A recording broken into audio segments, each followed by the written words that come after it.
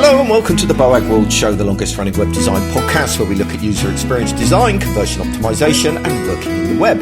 On this week's show we're going to discuss life as a freelancer, a great tool for analysing e-commerce sites and yet more details on creating better personas. My name is Paul Boag. Joining me is Marcus Lillington and this month Lillington. I somehow messed up your surname it's after quite a however many word, years. Quite a hard word to say. I couldn't have any children with extra L's in their initial name. Oh no, like that would have been a train Stella wreck. Lillington or something like that. It wouldn't have worked. Anyway, we're being joined this month by Paul Edwards. Hello, Paul. How are you doing?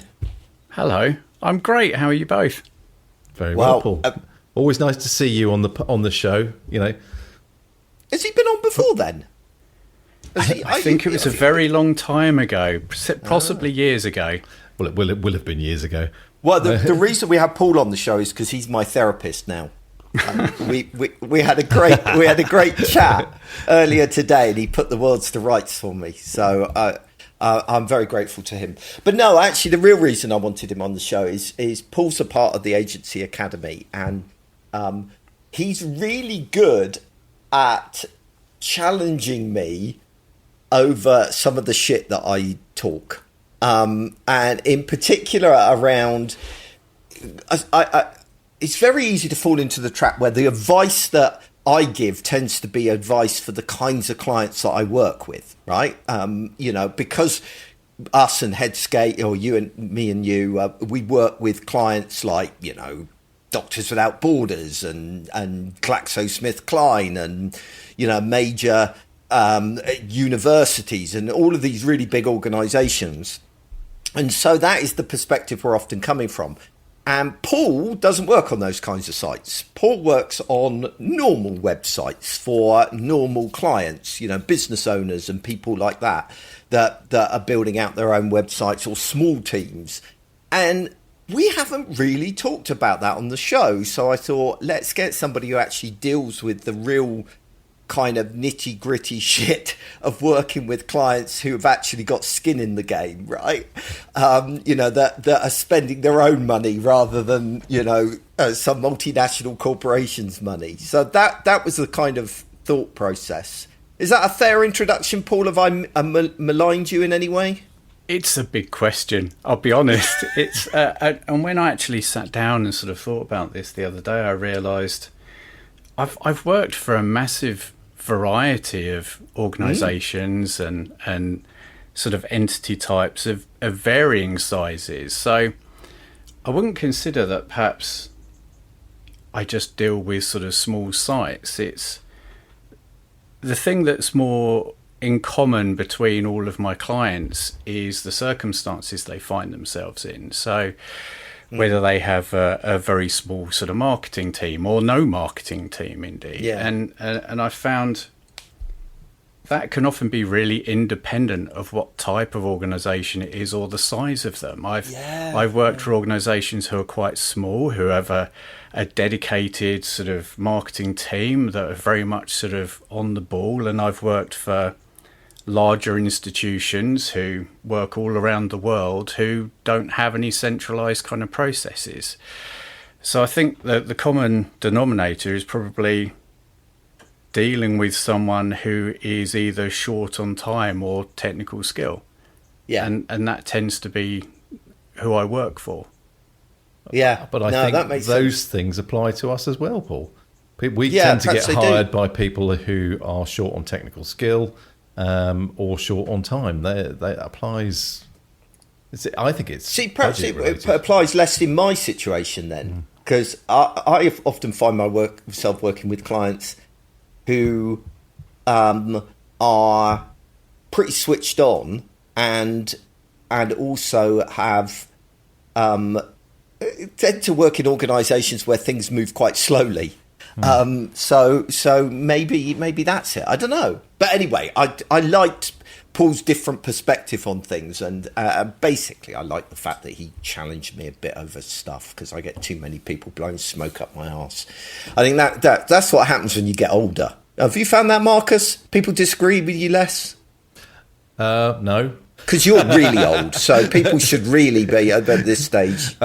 With me, I usually have a red carpet sort of flowing out in front of me wherever I go. Well, I presumed so. I mean, you've been used to that since you were about 19, so you know. That's. I think yes. I think you do get more respect as you get older, even though kids these days don't respect their elders and all this kind of stuff.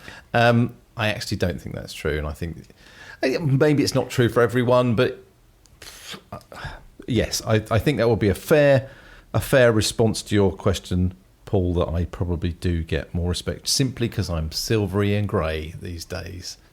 It is true. It's like one of the things I joke about quite a lot is, you read all this best practice online, and it's like people just accept it because Jacob Nielsen said it, so it must be true, or someone that worked at Google said it, so it must be true. And as somebody who writes a lot of this best practice stuff, you're just basing it on your personal experience, and everybody's situation and everybody's experience is different, and my clients are different to your clients. My way of dealing with a problem is different. It's like when you get these guru, how we always interview super rich and successful people, and we say, how did you succeed? What's the secret of your success? By being a bastard more often than not. Yeah, that's true. Yeah. But a lot of it comes down to luck, doesn't it? Or timing, or something that you can't recreate. So yeah, I'm a bit there about the whole thing. I saw something. Here we go. Yes, I received a newsletter the other day where one of the articles was "Best practice is just your opinion," and I thought, yes.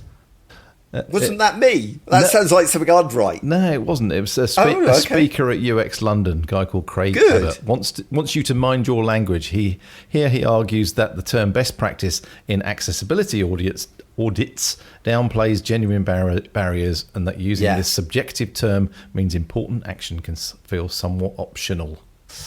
I agree with it just generally. Yeah, it's not just accessibility. Anyway, sorry. Yeah, we're going off on one. So before we get into chatting with Paul about his experiences and background, because I do want to do that, I do want to talk about, we normally do an app of the week, and I've got one written down here, but actually I've now got completely distracted in the last hour. Right. Oh, just at the moment, everything's so mad again, isn't it? It's like you can't catch your bloody breath. So, Notion. I use Notion to organise my business. Yesterday did a big announcement where they've released a whole load of new AI features, and that AI now is agentic within Notion. So in other words, you can set it to go and do a task and it'll do the whole thing. And I've just spent the last hour playing with it, and it's like, bloody hell, this is just crazy. It's moving so fast. So for example, I can now say to my Notion AI, go away and write me the newsletter, and it will look up the source material that it knows that I'm using for my newsletter at the moment, because I'm basing it on a course I've done previously. It'll go away and write me the first draft. It'll review that to make sure it fits in with my requirements using my style guide and my way of working. It will add it to my editorial calendar and mark it as prepared and ready for my review, all without me touching it at all. And equally, when I have like a meeting with a new client, when you have a first meeting with a client, I've got it set up so that it will automatically add those people to my database, create a new company that they're associated with, and write me up notes from the meeting of what I need to cover. And I was about to start setting it up to write me the proposal based on the conversation as well. And it's like, oh dear. Witchcraft, Paul. It is. And you think before long that's going to be everywhere? That's going to be in your brow. Should we just curl up and die? Is it just? I'm quite impressed, Paul, that you're getting sales calls that you need to write proposals for. If I'm honest. Well, I'm not at the moment. It is a bit slow at the minute, it has to be said. But in theory, it could do that. So, yes, quite excited by that. But that wasn't what I was going to actually talk about. The tool that I wanted to mention this week is Baymard UX Ray. Have you heard of Baymard for a start? Baymard Institute, does that ring a bell? Yeah. So Baymard Institute got like something like 150,000 hours of user research, and they tend to focus more on e-commerce sites. So if you're an e-commerce kind of provider, this is absolutely invaluable to you because it's got advice on how to improve every single user element, user interface element, and best practice for all of these different things. Dirty word, I know, but at least theirs is based on data rather than pulled out somebody's arse. The problem they've always had is you've got to search through this data and find it. But of course, now with AI, they can actually allow you to basically input either your site or your competitor's websites, and it scans the websites and uses that 150,000 hours of research to make recommendations about how you can improve the website, and it then links through to all of the various guides that it's got about, why that is the good thing to do and how to do it, and all of this kind of additional information that it has behind the scenes. So it's like absolutely incredible and slightly depressing as well. It's once again, there's another tool that you think, well, I'll hang up my coat then, shall I? But, I mean, I don't seriously believe that, because it's very much, it's like all of these tools, it's very much you need to know enough to be able to ask sensible questions. You need to be informed enough to know when the answers should be ignored in your situation, because best practice, as we've already established, is not always best practice. And then also, I think there is a degree whereby it's more going to be the kind of tool that empowers people to do things maybe that are a little bit outside of their comfort zone. So one of the things that I've been seeing recently that's been written a lot is about the return of the generalist, which is great for all the three of us, because we're all very much generalists. That now, because you've got AI that can help you do all these things that you know a little bit about but maybe are not experts on, then suddenly you can branch out into a lot more areas. Because didn't you do that, Paul, with something? Was it pay-per-click, as I remember, or something like that, which you knew a bit about but weren't completely au fait with? Exactly that. And I've been very fortunate to pick up a client that is very invested in using me. They've been really pleased with some of the results we've had over the last sort of year and a half. And I've been very lucky that they've essentially paid me to learn. They were very happy for me to take on their campaign, even though I fessed up very early and said, I've not run this kind of thing before. This is going to be a new sort of venture for me.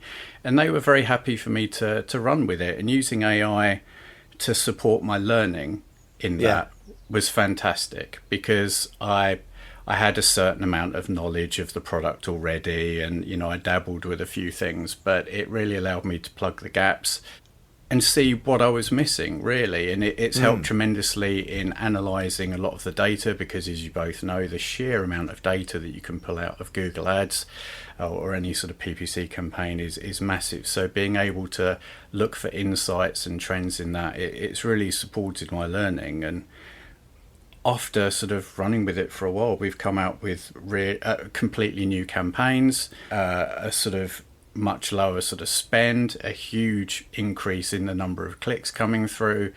Wow. And it's all relevant to funnel position as well, and none of that kind of nuance was there before. And I think a lot of that has come down to having AI supporting me in that learning. I just take stuff on a lot quicker by doing. Yeah. Do you mind if I ask what the business is selling or doing? Yeah, it's a trade business, so it sells into the architectural sort of sector. Actual products as opposed to like a service like we offer. It's and method of delivery of that product as well, which is what makes them unique. So there's definitely sort of niche vocabulary to sort of research and a lot of learning on that side. So and this is perhaps something where AI didn't help as much, but you know what it's like when you take on a new client. There's so much learning at the front end to be able to deliver a good product for them. You have to understand their products and their services inside out and sort of what makes them tick. And I'm just really fortunate that they were willing to pay me through that period to learn all about their business. But I think it's really paying off for us. And they even sent me a hamper at Christmas. That's the first time that's ever happened. In like 20 years, that's the first time I've ever had something like that at Christmas. So I'm hoping it's going well. I love when you get free swag from clients. Especially food. I know, yeah. There was one, it wasn't one of my clients, but I knew somebody who worked for Ben & Jerry's, and they got sent monthly for a year a supply of Ben & Jerry's. That would just kill me. I would, because I love Ben & Jerry's, and if I ate that amount for free, it would kill me. So, it's a double-edged sword. We used to get a giant box of chocolates from Nestle every year at Christmas, which was very nice. Yeah. But yes. not anymore. I don't think I ever got a look in at those, if I remember. No, you didn't. That's after your time. Damn. Never mind. I can't have everything. So, if you're one of my clients and are listening to this, I expect Christmas presents. It's supposed to be the other way round, isn't it? Isn't it the supplier is supposed to send nice things to the company? But, yeah. How often do you do that? Never. Too tight. That's my problem. I do for a few. Yeah, you would. You're good at that kind of stuff, the schmoozing and the kind of relationship stuff. Yeah, you don't like anyone, Paul, do you? Basically. I don't like people. No, and then I wonder why I'm not winning work. But, I just send out signals of don't work with me. Just what I really want is a client that just gives me money, and doesn't require anything from me. I did have that once. Seriously. So I had one client. I don't know whether I should be sharing this on the podcast, but something about Paul. He relaxes me when he's around, and I just end up saying all kinds of things that probably I wouldn't normally say. So that I had this. No, you don't need to edit this. So I worked with a client once. Well, I didn't work with them. They signed up. And they wanted me to fly out to California and I think it was run some workshops out there, right? And it was all booked up, all ready to go. They paid the booking, for the thing. The whole thing was on. Couple of days before it happened, they got taken over by another company who just froze everything. And so they said, you keep the money. And so I went and had a 2-week holiday in Orlando. Unbelievable. I think it might have been 1 week actually, but you can go off, people. Yeah, sorry about that. I've now just alienated our entire audience and with us, my jamminess. and Paul and I. Oh, for sure. Oh, come on. Fair enough, Paul. You went all around the world being treated to first class travel. Are you implying that I didn't that do any work for that or have any talent for that? Well, no talent, admittedly, but you did work. I'll give you that. Anyway, let's talk. We've got Paul on. Let's talk to Paul, not me. Talk to Paul. That's what we're supposed to be doing. So tell me a little bit about, just your background, really. How did you end up where you are? What kind of work are you doing? And let's start there and we'll go from there. Wow. It seems like a big story, unfortunately. I'll try and keep it brief. Mm-hmm. It was 5th of November, 2005. And I had a tantrum at work and resigned on the spot. Basically walked out, had no savings, nothing at all, no business plan, no idea. And thought, what do I like doing? And at the time, I was learning to make websites with Front Page and Dreamweaver and Macromedia fireworks and things like that. And, so it wasn't even a web job you walked out of then? No. I was a commercial manager for a national civil engineering company. I was working on tenders and stuff like that all the time. And, it pretty much, I was there for 6 or 7 years, I think. Oh, crikey. And my entire sort of working life since has been freelance. Wow. So that's how I ended up. And like most people, I sort of milked the friends and family network initially to get my early sort of clients.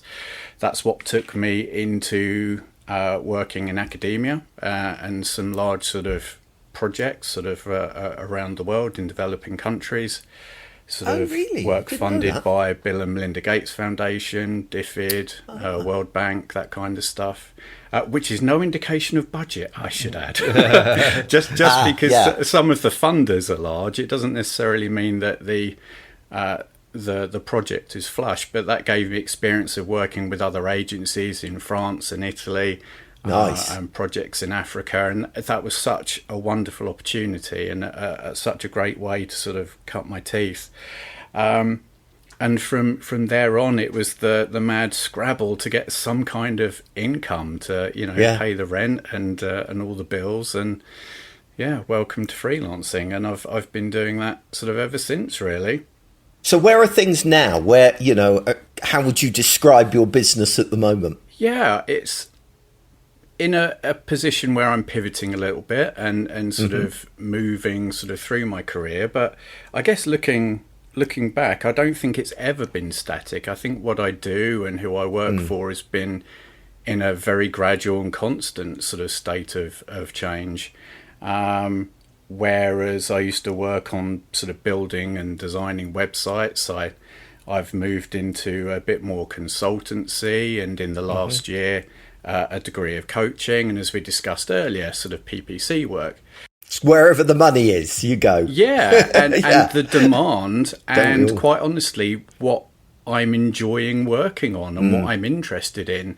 One of the things about being a freelancer for me is I have to be picking up things I enjoy doing, or where there's a learning opportunity, where there's some kind of personal payback in what I'm doing. I'm really motivated by just helping people get to where they want to go, and kind of regardless of what industry it's in or what we're working on, and just helping people sort of reach goals. If I can work on something which also is related to something positive, so some of the early stuff was related to hygiene and sanitation in Africa, for example. I might be doing a really mundane job, but it's related to a really positive sort of outcome, and that can give so much value. It's so important. What's going on.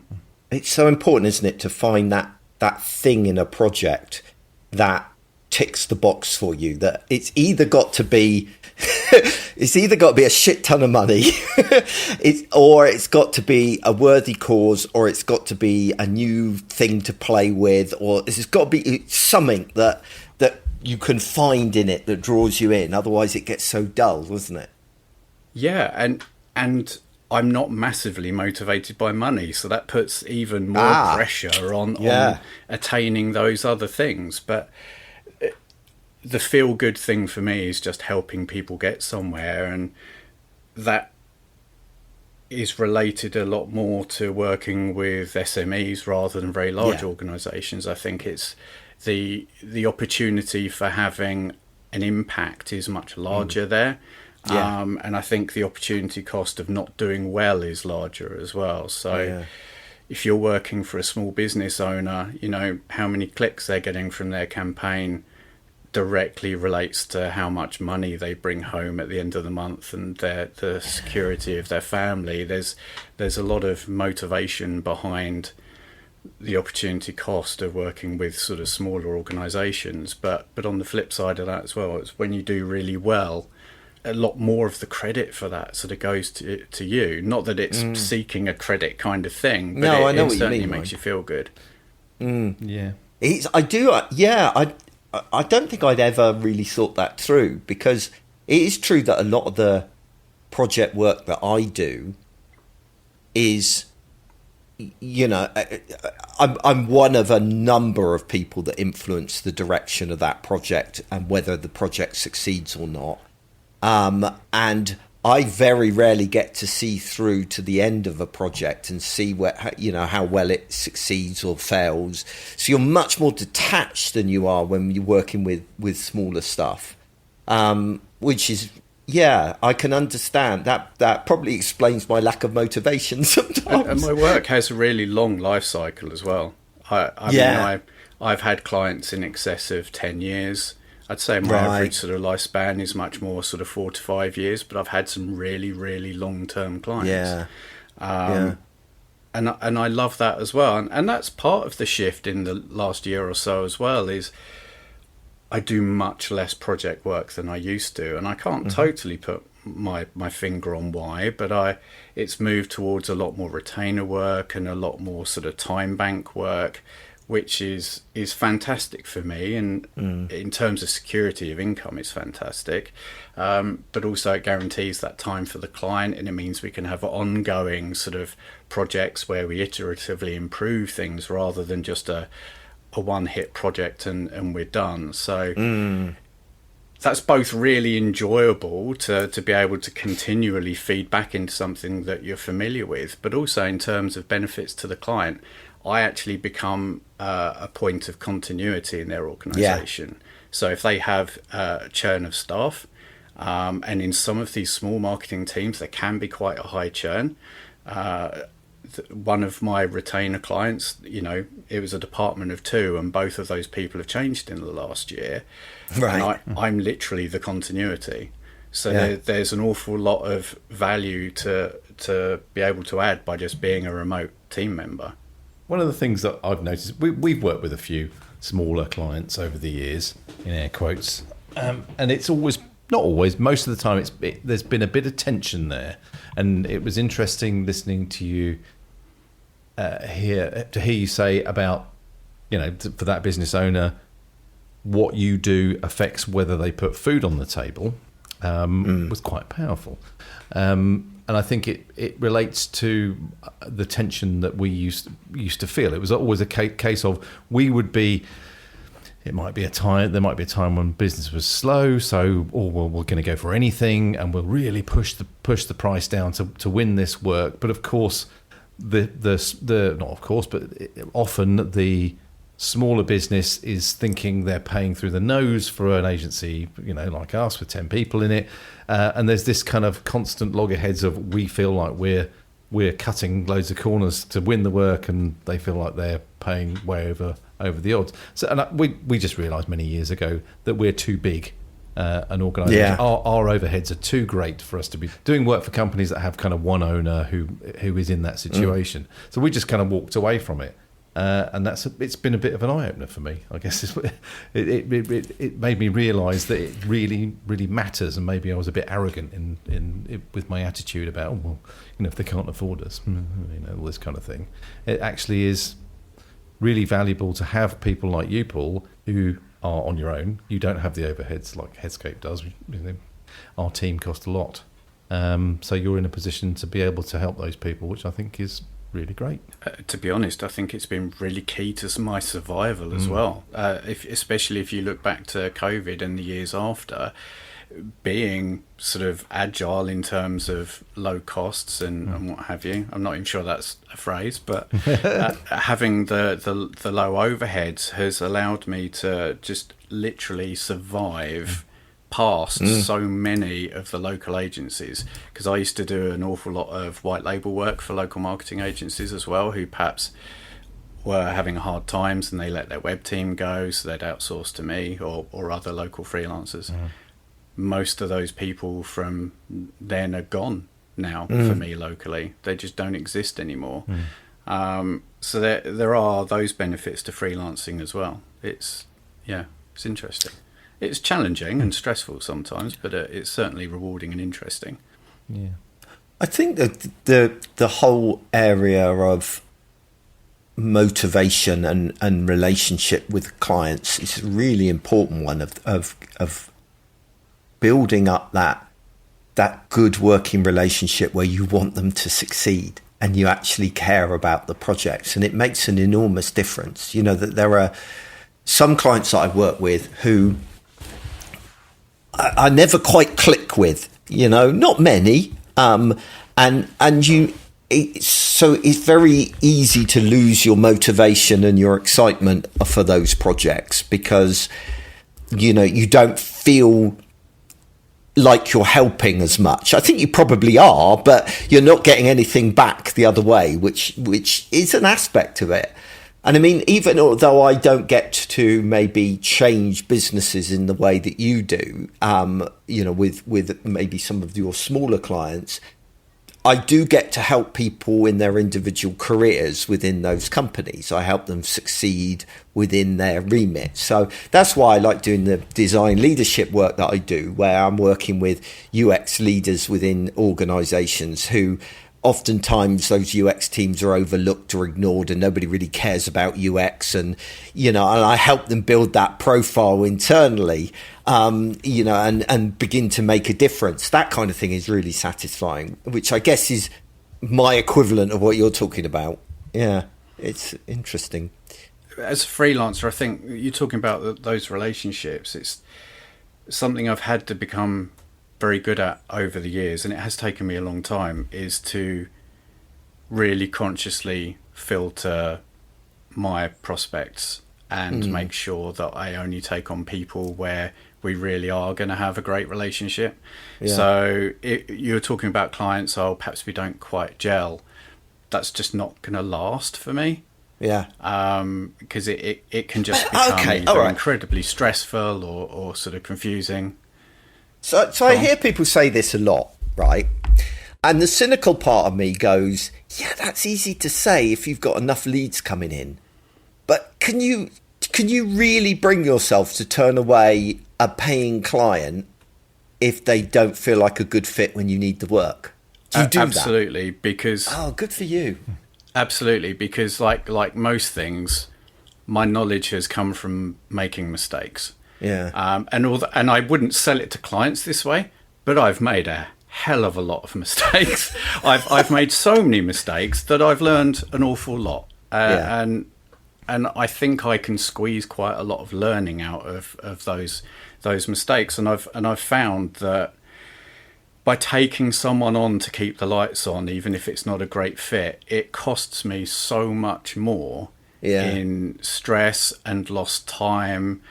If that relationship goes sour, or just every time I've taken someone on where my gut said no, it has been worse than if I hadn't brought that money in. Yeah. Every time, without fail.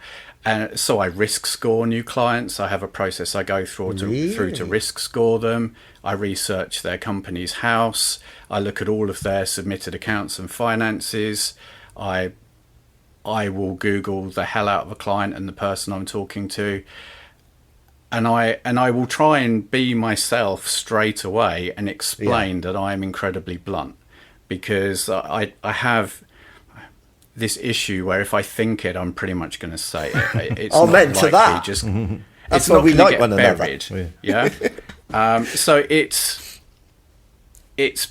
both a hazard, but it's also a strength. Yeah. And it's something that I use and sell to clients. And I find some people say they want that kind of thing, but they really don't. You kind of learn sort of whether that's going to be a good fit and whether you're going to get on with someone every now and then. And I can count on one hand, probably in 20 years, how many times it's gone wrong. And unfortunately, in those circumstances, I draw a line under it as quickly as I can and as nicely as I can. I offboard a client as politely and helpfully as I possibly can. I desperately try not to burn any bridges. I see it as part of my fault. If I've taken on a client who isn't a good fit for me, I've done something wrong or I've misjudged the situation. So I will be as gracious as I can in offboarding them, and try and find them someone else to talk to, whatever it is. It's just no point sort of burning a bridge as a freelancer. Do you think you have to do the risk management side of things, the kind of assessing a client more because you're dealing with smaller organisations and there's a bigger risk of it going wrong? Because, I mean, you know, I know, for example, that Oxford University will pay. They might pay late and there might be a lot of faffing with it, but, you know, they will pay their bills. And so, but then organisationally, I suppose they could still be just as challenging. Sorry, I'm thinking out loud here. You know what I'm getting at? Do you think size matters with that? I think it's really variable in organisations of all sizes, for sure. I think there are more pressures potentially on the finance of a small company or a sole trader, for example, because their income can be a lot more volatile and our budgets and things we plan on suddenly evaporate or something else comes up. So there is the volatility there. Across the board, though, I'm really happy that most of my clients pay me within like 48 hours, and it's been like that for quite a good number of years. I get the odd sort of outlier. So, for example, in the last month, I've had a client, all their phone numbers have just gone dead, and my last 2 invoices are just sitting there. And that is a small company. I knew there was some risk to that when I took them on. It was one of those things I sort of took on the chin and did, but kept my invoices small, so I'm not overly sort of stressed about it. But I certainly think there is more risk to the finance. But then conversely, in larger organisations, they tend to have much more punishing payment schedules. So my terms are 14 days. You know, you might go to 90 days on a large organisation. If it, and you know, some people can choose not to pay you at all because they can. It's pretty rare, though. The longest terms we've ever had were both with one was BP, the other one was Nestle. Mentioned Nestle, didn't we? 45 days. I've had 90 days, but I've never had 90. Oh, only once, but I did at one point. And actually, I walked away from them because I was like, "No, you're not playing that game with me." That felt like a red flag. I don't largely have now. It's because I'm doing a lot more retainer work and sort of time bank work, where essentially the time is paid up front. A lot of that just goes away. It just that's how I operate as well, as you know. Mostly, certainly at the moment, that's nearly all our work too. That's a good thing, but we need some new project work as well. That's the problem. Yes, damn it. Yeah. So, Marcus, your Headscape bids for work as well, doesn't it? Yeah, absolutely. Yeah, it's just a work. Yeah, see, I don't bid for anything at all. Yeah. No.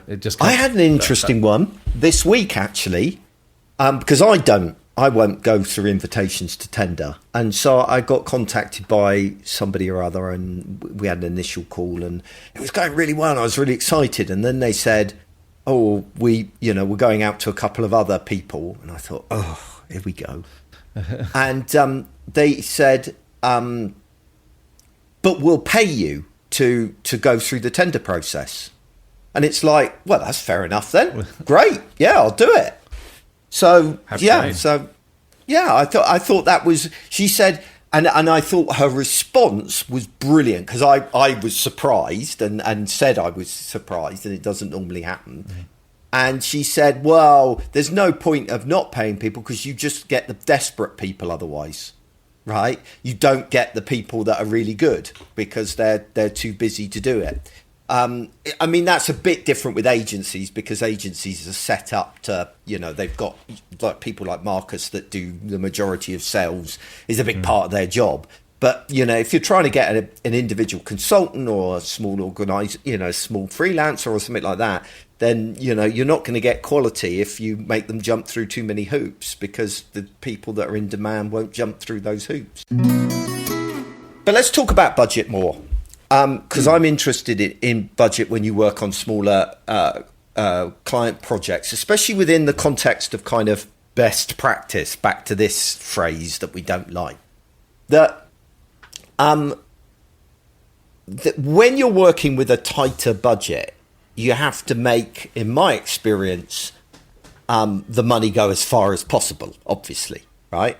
So a lot of the stuff that you read online, do you find that a lot of it for your smaller clients is over-engineered? You know, so, for example, I'm giving a workshop next week to Oxford University about customer journey mapping. And because it's Oxford University, I can give them the best practice. You know, this is the way it should be done. This is what you should do. While customer journey mapping would be a bit of a sledgehammer to crack a nut for many smaller clients, you know, when just a kind of functional persona created with AI would probably do the job. Or am I being unfair? No, I don't think you're being unfair. Certainly, I think as much as I love adhering to a rigid process and system for doing something, I really do. You know, I have tick lists and, you know, check boxes for most things. I think this is something that's come up in either the Baymard Slack channel or the Agency Academy Slack channel before, but one of the things that comes with the years of experience is knowing when to deviate from that list, and when something's needed, when it isn't needed, or what we can just use from our experience and just remove that entire section of work. Much like accessibility, we should just bake into every bit of work we do, and you know, best practice should really be sort of baked into a lot of what we do, depending on what element sort of best practice you're talking about. But some things just aren't relevant. What kind of things are not relevant? Yeah, you've caught me out saying that now. It's probably an unsubstantiated claim, which you've got me on. This is what I do to Paul. I look for opportunities. Paul makes these wild statements and I go, give me an example. And he's such a good bullshitter. He normally comes up with one really quickly. I need a bit more processing time.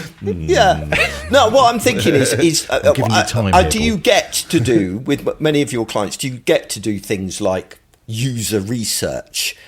I'm getting my kind of attitude to that kind of thing is, well, you could do some, but just not very much, or it has to be very lightweight. What I've always said, sorry, Paul, I'm just going to quickly jump in there. What I've always said when I'm talking to clients who want to come and who are initially talking to us about, we need to know our audiences better or something like that. I'll say, we can spend 6 months doing this, and we can come over to America where you're based and we can interview people. We can come back again and we'll do lots of workshops with you. Develop personas, develop customer journey maps like Paul was saying, run surveys, multiple surveys, different languages, all this kind of thing. And it'll cost you a lot of money. I wouldn't probably say it quite like that. Or I can spend an hour looking at your website and send you an email back. That will still give you value. But obviously, you'll get a lot more the more time we spend on it. Yeah, the more you spend. That's pretty much the same approach that I use. But I do think there is, to some degree, diminishing returns on investment. Yeah. You know, that you get to a point where more research isn't really going to give you more insights that are going to lead to more money at the other end. And all that kind of thing. Trust your experience. Trust your experience, basically. Yeah. Sorry, we didn't actually give Paul a chance to answer the question. I got away with that. I got away with that scot-free. On to the next question. Some of the difficulty in answering that comes from the fact that assumes a particular way of working, like it's a self-contained project. And for me, for a lot of years now, I don't think the projects I've worked on have been structured that way. I've spoken in Slack before about the fact that I tend to break projects up into sort of 3 or more sort of distinct separate things. So the research and discovery stuff is something that I would tend to do as pre-project work, which is billable in itself, and we'd include a different mix of things depending on the needs of that client, what they have in-house, what they don't have in-house, and I would flex to suit them. So I don't really have like a one-size-fits-all, or this project doesn't require this. There's so many variables at play. And so actually it's not a lot different to whether you're working with a big company.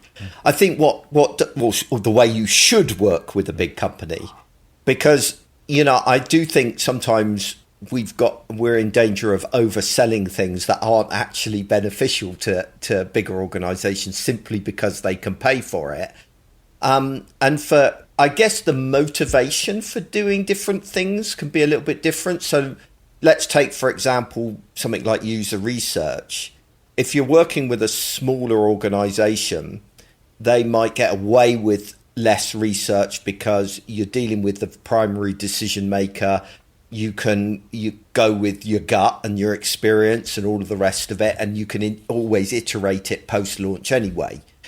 So you might get away with less. While in a bigger organization, you've got to, line up with compliance, and you've got to make sure that legal are on board, and you've got to make sure that your particular client doesn't get in trouble with their manager, and so you do more extra effort there, really from an internal processes point of view, almost as much, if not more, than what it delivers at the other end. So it's that. See, I think probably with the clients I work with, typically I have a lot fewer of those roadblocks. Yeah.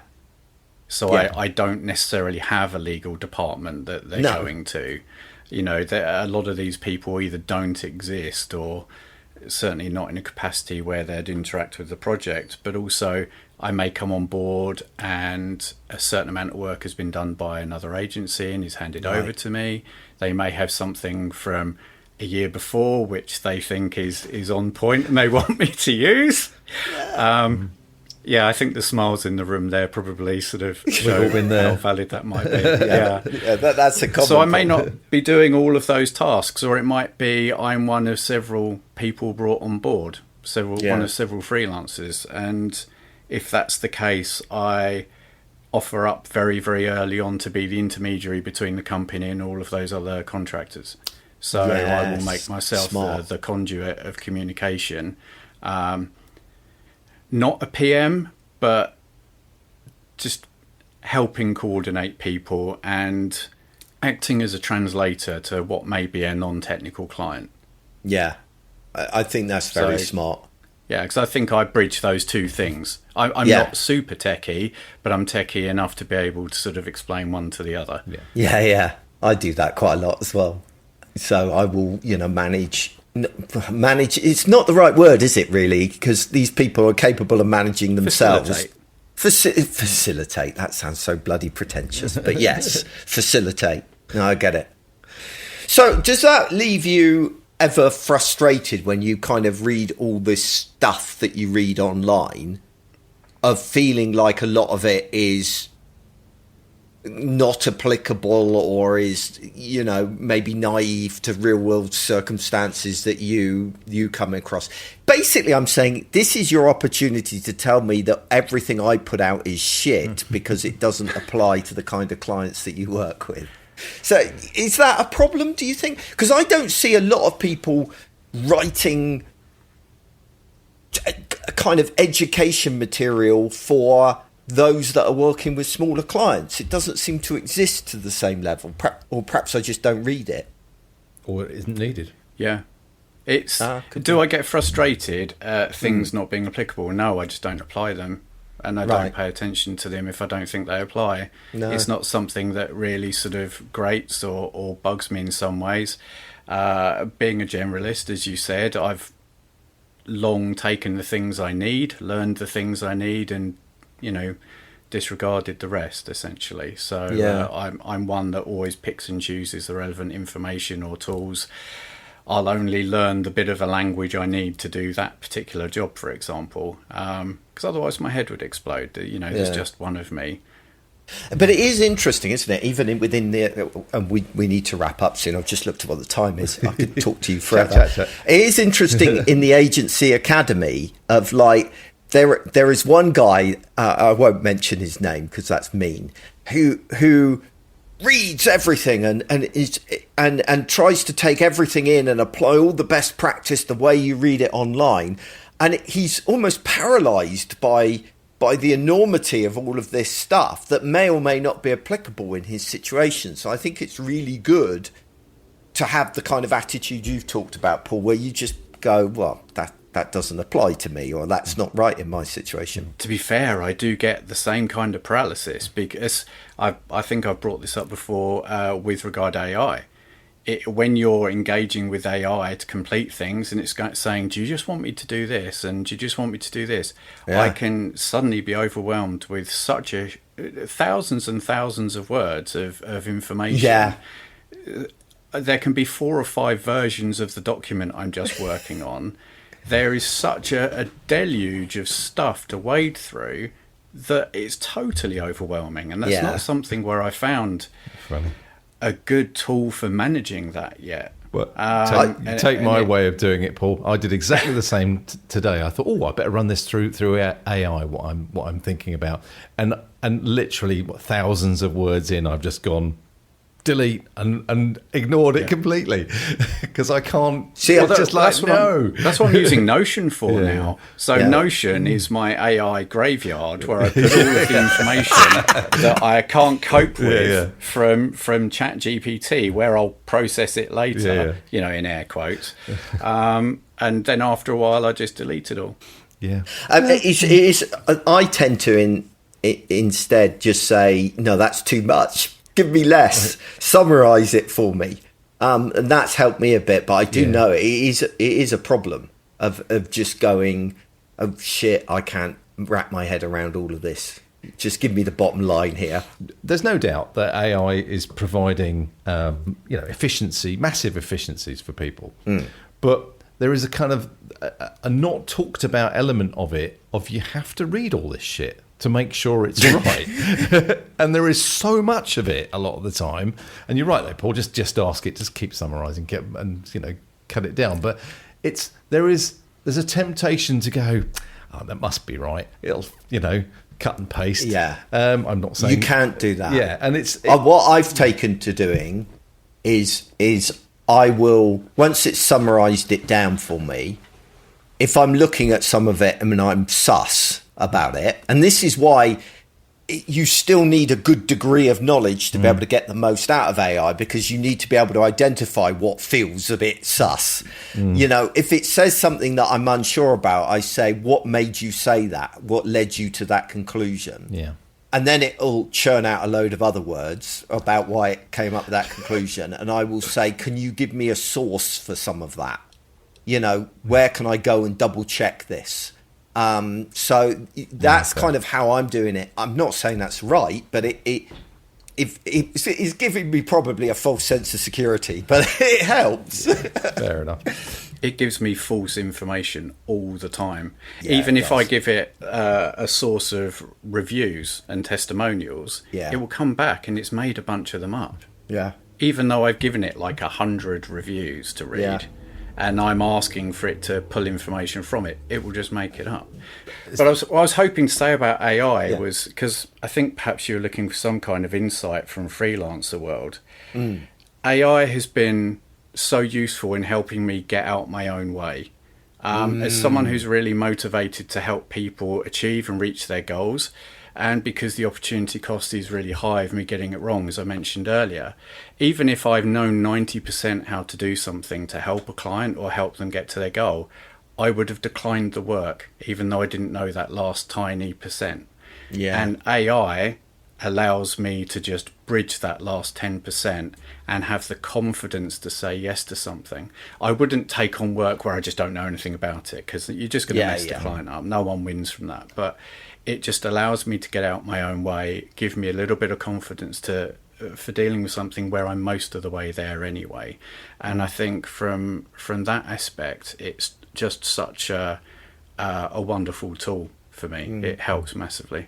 I tell you where it's similar for me that it's really helped is since leaving Headscape. I think the biggest culture shock for me of going from running an agency to being a freelancer was suddenly it was all down to me. It was, I had to make every decision about my business and what it was going. I had nobody to sound off against, we were so fortunate at Headscape with that the three of us, Marcus, Chris and myself, were very complementary characters with very different perspectives and ways of approaching problems. And I missed that hugely. But now I've just recreated Marcus and Chris as virtual avatars and programmed them in. And so, no, but I do talk to AI in that kind of conversational way that I miss, It's been good. For sure. I use it like a younger intern who actually knows what's going on in the world.